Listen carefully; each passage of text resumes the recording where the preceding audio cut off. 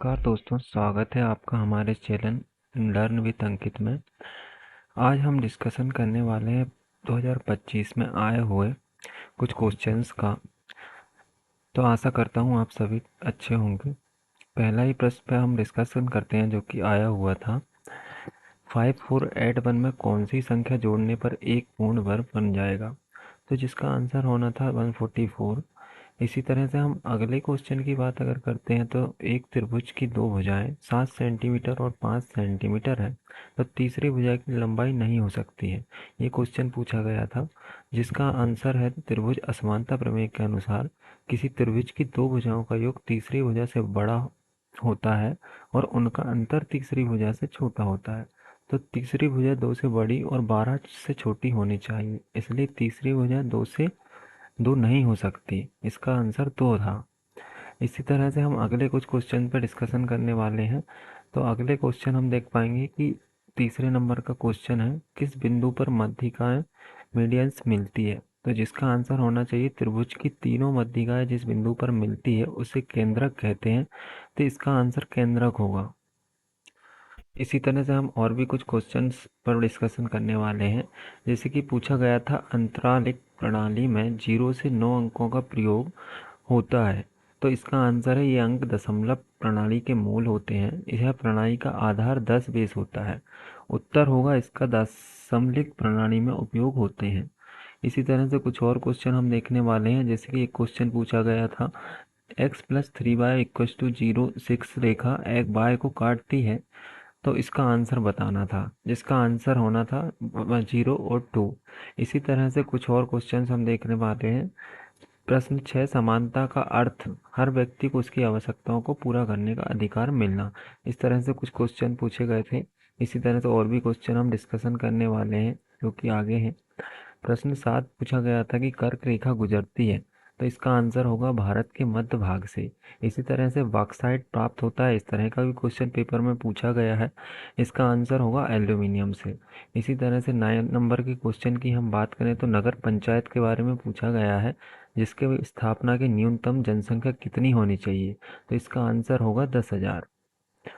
इसी तरह से हम 11वां नंबर और 10वें नंबर की बात करते हैं तो योजना आयोग से था। और 11 नंबर क्वेश्चन परिस्थिति में उत्पादक किसे कहते हैं, इससे था। तो योजना आयोग के प्रथम अध्यक्ष कौन थे, ये क्वेश्चन पूछा गया था। इसका आंसर होगा गुलजारी लाल नंदा। पारिस्थितिकी में उत्पादक किसे कहते हैं, इस क्वेश्चन का आंसर भी पेपर में देखने को मिला था। इसका आंसर होगा हरे पौधे। और इसके बाद ही G20 से था क्वेश्चन। तो पहला G20 शिखर सम्मेलन हुआ था, ये क्वेश्चन आया था पेपर में, जिसका आंसर होगा वाशिंगटन डीसी में। इसी तरह से हम और भी क्वेश्चन देखने वाले हैं, जिसमें आपको देखने को मिला था कि कनिष्क की राजधानी पूछी गई थी, जिसका आंसर है पुरुषपुर। इसी प्रकार से नवीनीकरण संसाधन नहीं है, इसका क्वेश्चन आया था, जिसका आंसर होगा जीवाश्म ईंधन। सरकार में उपसर्ग किस भाषा का है, ये क्वेश्चन भी हमसे पेपर में पूछा गया है, जिसका आंसर होगा सरकार उपसर्ग नहीं, मूलतः फारसी भाषा का शब्द है। राजमाता में संधि पूछी गई थी हमसे, क्योंकि राजमाता में संधि नहीं है, राजमाता तत्पुरुष समास का ही एक भाग है। इस तरह से कुछ क्वेश्चंस बने थे। और 17 नंबर के क्वेश्चन की हम बात करें तो कौन सा मूल अधिकार है, इसके बारे में पूछा गया था। तो आर्टिकल 21 जो है हमारा मूल अधिकार है, जो कि निःशुल्क शिक्षा व अनिवार्य शिक्षा का है। इसी तरह से और भी क्वेश्चन पे हम डिस्कस करने वाले हैं, जिसमें पूछा गया था एशियन के गठन की संधि कब हुई?